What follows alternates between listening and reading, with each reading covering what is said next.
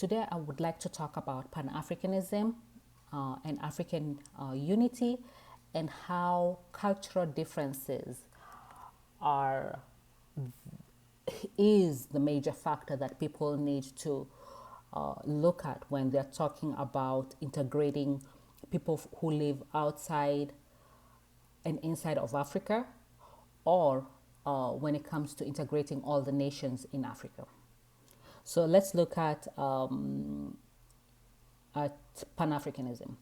When you have Pan-Africanism is basically an attempt to create a brotherhood and collaboration between people living inside Africa and outside Africa.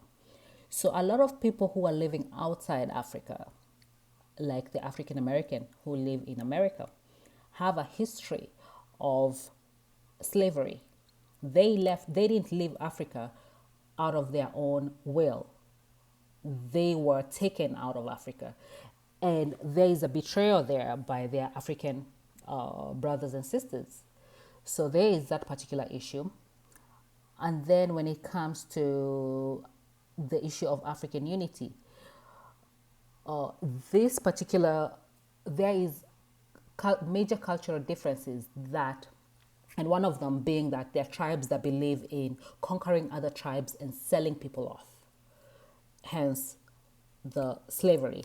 And then there are tribes also that believe banditry, for example. Banditry, this is stealing livestock from your neighbor, basically stealing your neighbor's property, and just taking it and making it your own. And this is their way of life. This is the way of life of people who, of some of the tribes in Africa.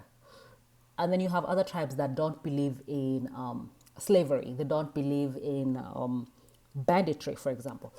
There are tribes that believe theft should be punished by death, theft of any kind. So when people talk about this issue of Pan-Africanism and Africa unity, and Africans need to unite, they need to specifically address the issue of cultural differences, because the problem is not languages.